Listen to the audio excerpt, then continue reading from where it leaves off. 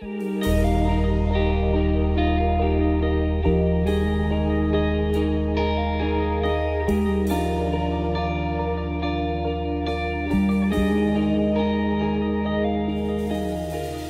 que acontece com uma pessoa depois da morte? As tentativas feitas para responder a essa pergunta são muitas. E a maioria delas só consegue aprofundar a angústia, a tristeza e aumentar as dúvidas que envolvem esse assunto.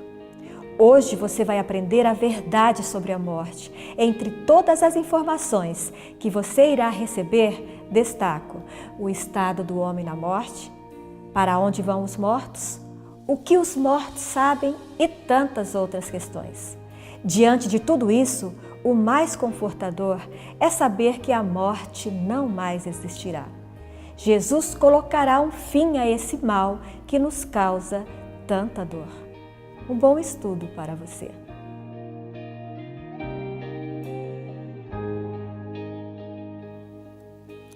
Olá, tudo bem?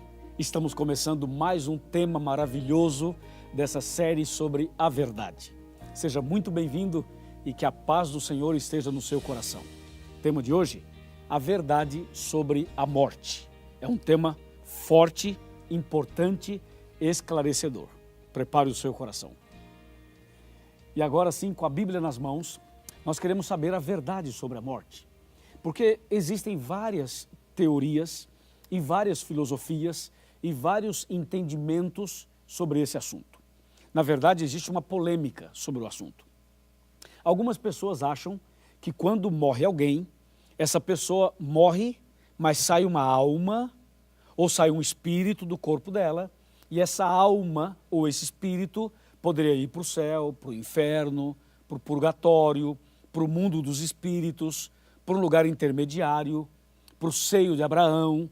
Ou seja, várias pessoas pensam coisas assim e coisas diferentes dessas. E você? O que você entende, biblicamente falando, sobre o estado do homem na morte? Na verdade, nem você, nem eu, nenhum ser humano saberia responder essa pergunta, porque nós nunca morremos. Só que na Bíblia tem uma citação de uma pessoa que morreu e que pode contar para a gente o que acontece depois da morte. Eu quero chamar a sua atenção para Apocalipse capítulo 1. Olha que texto impressionante esse. Apocalipse capítulo 1. E eu quero mostrar para você aqui alguns versos, pelo menos 2 versos, que vão nos ajudar a entender melhor esse assunto. Veja aqui o que diz capítulo 1, verso 18, que fala assim: E aquele que vive, estive morto, mas eis que estou vivo pelos séculos dos séculos, e tenho as chaves da morte e do inferno. Quem será que falou essas palavras? Com certeza foi Jesus. Se você ler o capítulo 1 inteiro, vai perceber que Jesus falou isso. Então Jesus, ele morreu, ele foi sepultado e ele ressuscitou. Então ele pode dizer o que acontece com a pessoa depois que morre. E eu tenho nas minhas mãos as palavras dele. Isso aqui é a palavra de Jesus. E se eu ler esse livro, Jesus vai falar comigo e com você e vai nos mostrar o segredo da morte. O que acontece depois da morte. Bem, para você entender isso de uma maneira bem clara e bem fácil, é preciso abrir a Bíblia em Gênesis. Ou seja, é preciso voltar ao princípio de tudo, a criação. Veja, por exemplo, o que diz Gênesis 2, verso 7. 2:7. Então formou o Senhor Deus ao homem do pó da terra, e lhe soprou nas narinas o fôlego de vida, e o homem passou a ser alma vivente. Veja como esse texto é claro. Ele diz que Deus fez o homem de 2 matérias, do pó da terra e do fôlego de vida. Juntando as 2 coisas, o homem passou a ser alma vivente. Portanto, se você analisar bem o texto e o verbo, se você conjugar o verbo ser, você vai entender melhor. Porque a Bíblia diz, o homem passou a ser. Então, eu sou, tu és, ele é, nós somos. Isso quer dizer que o homem não tem uma alma dentro dele. O homem é uma alma. É diferente. Ser é uma coisa e ter é outra coisa. E a Bíblia diz que o homem passou a ser. Então, você é uma alma, eu sou uma alma. Diferentemente da teoria, da filosofia, de que a pessoa tem uma alma dentro dela. Escuta bem, o homem não tem uma alma aqui dentro, aqui dentro da boca, não tem. Pode olhar lá dentro de qualquer pessoa, não tem alma, coisa nenhuma. Você é uma alma, eu sou uma alma, o ser humano é uma alma. Então, isso estando claro para você, Gênesis capítulo 2, verso 7 estando claro, aí vem a pergunta, se eu sou uma alma, se você é uma alma, se nós somos almas, a pergunta é, a alma morre ou não morre? O que você acha? O que você entende? A alma morre ou não morre? Bem, vamos saber o que diz a Bíblia, o que Jesus tem a nos dizer. Veja só o que diz Gênesis capítulo 2, versículos 16 e 17. Esse texto começa a responder a nossa pergunta. Gênesis 2, 16 e 17. O Senhor Deus lhe deu esta ordem: de toda a árvore do jardim comerás livremente, mas da árvore do conhecimento do bem e do mal não comerás, porque no dia em que dela comeres, certamente morrerás. Então Deus disse que a alma morre, porque a alma é o ser humano, e ele falou para Adão e para Eva, e disse, certamente morrerás. Se comer do fruto, se pecar, vai morrer. Então a resposta é essa daqui. A alma morre, porque eu sou uma alma, você é uma alma, Adão era uma alma, Eva também. E diz a Bíblia, se comer do fruto, se pecar, morrerá. Agora vem a outra pergunta para deixar bem claro o assunto. Quem foi que inventou a história de que a alma não morre? Quem criou essa ideia de que a alma não morre e que hoje permeia praticamente o Brasil inteiro, o mundo inteiro? Ou seja, as pessoas, inclusive nos filmes, nas novelas, nos desenhos infantis, eles passam a ideia de que a alma não morre. Mas a Bíblia diz que a alma morre, porque a alma sou eu, a alma é você. Agora, quem foi que inventou essa história de que a alma não morre? Eu quero chamar a sua atenção para Gênesis capítulo 3, versículo 4, que diz assim: Então a serpente disse à mulher, é certo que não morrereis? Ah, agora eu entendi. Quer dizer, quem inventou essa história foi a serpente? Mas a serpente é um animal? Sim, a serpente é um animal. Então como é que o animal falou? Animal não fala. Claro, não fala exatamente como diz a própria Bíblia. O diabo usou a serpente. Ou seja, a serpente foi como um médium, um intermediário entre o inimigo e o homem. Na verdade, quem estava falando aqui não era a cobra em si, mas o inimigo que falava através dela. E foi o inimigo que inventou essa história de que a alma não morre. E hoje muitas pessoas, milhares e milhões de pessoas, acreditam na doutrina da serpente. E aí, e você? Acredita no que Deus falou ou no que a serpente falou? Deus disse, morrerás. A serpente disse, não morrerás. E para você, você fica de que lado? Do lado da serpente? Não. Do lado de Deus? Com certeza. Então, de acordo com a Bíblia, é isso aí. Deus fez o homem do pó da terra, soprou fôlego de vida, o homem passou a ser alma vivente, o homem é uma alma, se o homem pecar, como de fato pecou, esse morrerá, como diz a Bíblia. Entendeu? Agora, eu quero chamar a sua atenção para um texto interessante de Ezequiel, capítulo 18. Vamos abrir a Bíblia em Ezequiel capítulo 18. Está bem aqui. Ezequiel 18, verso 4. Esse é um texto-chave para você entender melhor o assunto da morte. Aqui está, 18, verso 4, bem aqui. Atenção, diz assim: Eis que todas as almas são minhas, como a alma do Pai, também a alma do Filho é minha. A alma que pecar, essa morrerá. Olha agora o verso 20 do mesmo livro e mesmo capítulo. A alma que pecar, essa morrerá. Então, de acordo com a Bíblia, a alma morre, porque a alma é o ser humano. Tudo bem? Agora, recapitulando aqui, eu quero que você olhe atentamente para recapitular. Deus fez o homem de duas matérias. Vamos fazer uma continha? Vamos fazer uma matemática? A continha é a seguinte: pó da terra mais fôlego de vida. Vamos fazer a continha? Pó da terra mais fôlego de vida é igual a quê? Alma vivente. O que é uma alma? É o ser humano. A alma morre? Sim, morre, porque o ser humano morre. E a história de que a alma não morre, quem foi que inventou? Foi Satanás. E por que ele inventou? Porque ele quer enganar as pessoas para que as pessoas morram perdidas. Entendeu? Por isso que ele inventou essa história de que a alma não morre. Então a pessoa não se preocupa em se preparar, não se preocupa em andar com Deus, porque a pessoa pensa assim, bom, se eu morrer um dia, eu terei uma segunda chance, eu vou para o céu ou eu vou para um outro lugar e a minha alma poderá ser purificada.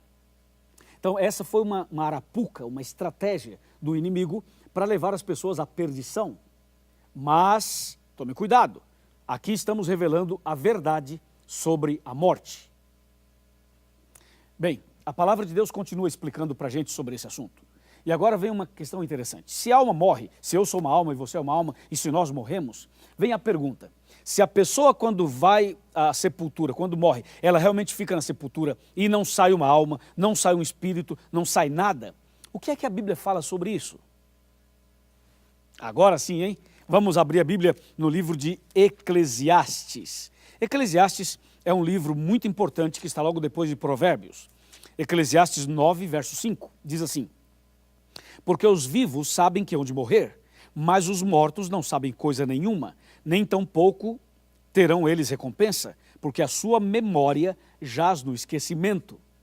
Então a Bíblia diz que a pessoa que morre não sabe nada, não vê, não ouve, não anda, não fala, ou seja, está morta. Está morta. Então, essa história de que a pessoa morreu, mas está vivendo no céu, morreu, mas está vivendo no purgatório, morreu, mas está, quem sabe, aparecendo à noite para alguém, apareceu numa sessão, apareceu num pai de santo, apareceu não sei do quê. Essa história não é bíblica, não é verdadeira, não é de Deus. Isso é todo um engano, toda uma mentira que o inimigo inventou. Entende? E agora tem uma outra coisa, hein? Se tudo isso que falam por aí não está certo, eu pergunto, e a doutrina da reencarnação? Estaria certa? Porque tem gente que acredita que nasceu uma criança no Brasil e que essa criança poderia ter sido um faraó do Egito, e aí voltou e nasceu e reencarnou no Brasil. Eu nunca ouvi tanto absurdo na minha vida como esse. A Bíblia é clara em dizer que isso não é verdade. Quer ver? Veja Eclesiastes 9, verso 6. Fala assim, ó: amor, ódio e inveja, para eles já pereceram. Para sempre não tem eles parte em coisa alguma do que se faz debaixo do sol. Você viu? Esse texto aqui joga por terra a teoria da reencarnação. Porque o texto fala que as pessoas que morrem, elas não voltam e não têm parte em coisa alguma do que se faz debaixo do sol. Ficou claro isso para você? Bom, eu quero falar mais sobre esse assunto, mas eu gostaria de sentar aqui na minha cadeira para a gente conversar sobre esse assunto de maneira mais detalhada, para que fique bem claro definitivamente o assunto para você. Vamos sentar aqui, você já está sentado aí na sua casa, quem sabe no seu estudo bíblico. Agora vem cá, chega perto, eu quero te mostrar um texto que está no livro de Jó. O livro de Jó. Olha como esse texto aqui ajuda a entender. Jó capítulo 7, versos 9 e 10. Diz assim: tal como a nuvem se desfaz e passa, aquele que desce à sepultura jamais tornará a subir, nunca mais tornará a sua casa, nem o lugar onde habita o conhecerá jamais. Pronto, isso aqui definiu tudo. A pessoa quando morre, ela não volta, não aparece em casa, não aparece à noite, não aparece por aí, não fica se manifestando aqui, ali e acolá. Morreu, morreu, fica na sepultura. Aí você pergunta, pastor, e aí acabou tudo? Sim, acabou. Mas e aí, não tem esperança? Não, peraí, tem esperança. Sabe o que é que diz em João 11, 25 e 26? Jesus prometeu a ressurreição. Jesus disse, eu sou a ressurreição e a vida. Quem crê em mim, ainda que esteja morto, viverá. E todo aquele que vive, crê em mim, não morrerá eternamente. Você entendeu? Em outras palavras, a pessoa quando morre vai para a sepultura, mas um dia ela vai ressuscitar. E de acordo com João 5, 28 e 29, no dia da volta de Jesus, os justos ressuscitarão, transformados, perfeitos, e serão levados para o céu. E depois do milênio, os ímpios ressuscitarão. Claro que não ressuscitarão perfeitos, e nem para a vida eterna. Ressuscitarão para receber a condenação eterna. Mas a verdade é que toda pessoa que morre, seja ela boa ou má, ela vai para a sepultura. E um dia todos irão ressuscitar. Uns para a vida eterna, outros para a condenação eterna. Ficou claro isso para você? Então, a partir de hoje, não fique aí assustado com esse negócio de alma, de espírito. Não fique assustado com essas coisas. A partir de hoje, confia no Senhor. E Jesus, quando morreu na cruz e foi sepultado, perceba que ao terceiro dia ele ressuscitou, e a ressurreição de Jesus é a garantia de que aquele que morre em Cristo também ressuscitará. Entende? Essa é a nossa garantia, essa é a nossa certeza. É isso que a Bíblia Sagrada nos ensina. E tem um detalhe importantíssimo. importantíssimo. Jesus, quando ressuscitou, ele ressuscitou algumas pessoas com ele. E essas pessoas são chamadas de primícias, dos que dormem, dos que morrem. Ou seja, já existem pessoas que foram ressuscitadas. Entende?